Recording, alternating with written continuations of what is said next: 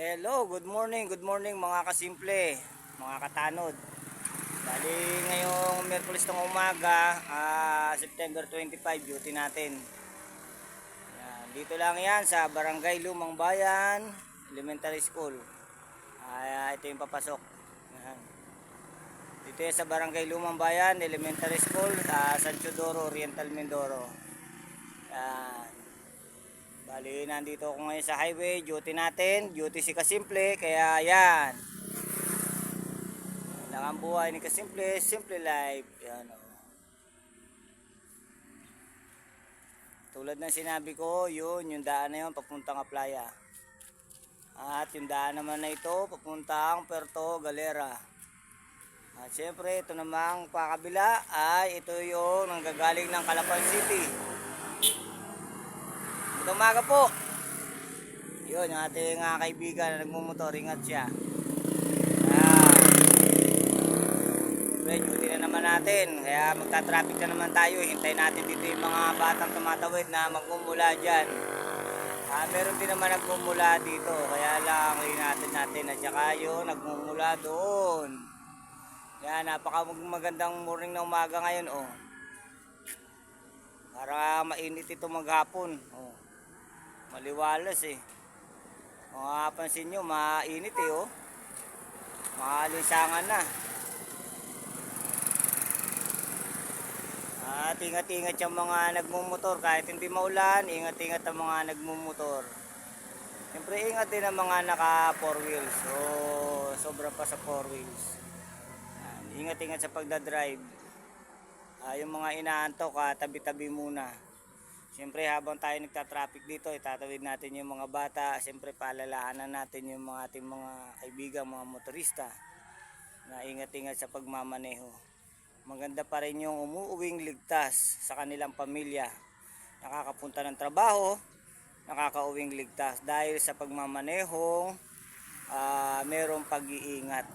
Yan. Sabagay, sabi nga nila, pagka ang disgrasya daw ay hindi mo kayang mag-ingat pag dumating yung salitang disgrasya. Pero sabi natin, mas maganda pa rin yung nag-iingat. Siyempre base sa experience natin sa pagmumotor natin, maingat tayo. Yan, magtatatlong taon na tayo nagmumotor. Hindi pa tayo nag-i-slide, hindi pa tayo na babangga. Dahil sa maingat nating pagmumotor, hindi tayo masyadong overspeeding. Slight lang yung ating pagdadrive. Kaya kung dumating man, halimbawa may tumatawid na aso, nakapagpreno tayo agad. Yan. Yan ang ating experience. Siyempre nagdi-deliver tayo sa mga bundok. Minsan maulan, malumot, madulas yung kalsada. Hindi tayo nag-i-slide, gawa nung smooth lang tayo magpatakbo. Lalo yung sa mga curve. Pagka matulin ka pagdating sa curve, dudulas ka talaga dyan eh. Kaya safety tips lang po yung aking sinasabi. Ingat-ingat po tayo. Pero maganda po yung umaga ngayon, oh. Hindi madulas ang kalsada. Kaya lang minsan hindi natin naiiwasan, merong mga tawag dito na yung mga oil, yung mga langis na kumakalat sa kalsada. Yan. Kaya minsan ingat-ingat tayo. Dahil hindi natin maiiwasan yan. Minsan may tumutulong lang sa kalsada na yun na nagiging sanhi ng aksidente. Yan, mula kay Kasimple, yan lang po yung traffic safety tips natin.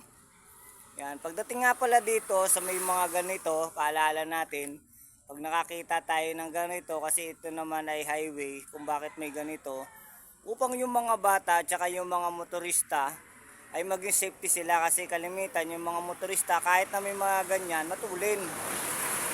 Yan, kahit may mga ganon, matulin.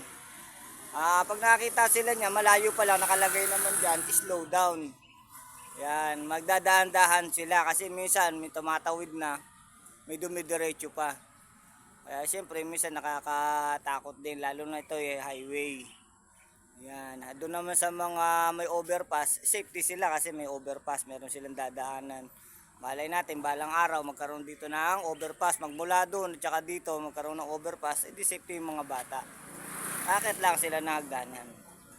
Yan lang po mula kay Kasimple. Good morning sa inyo. Ingat po ang ating mga motorista ngayong araw. Yan. Magandang araw ngayon. Wala pang tumatawid. Yan. Naka-duty si Kasimple yun. May tatawid ng isa. Tatawid natin.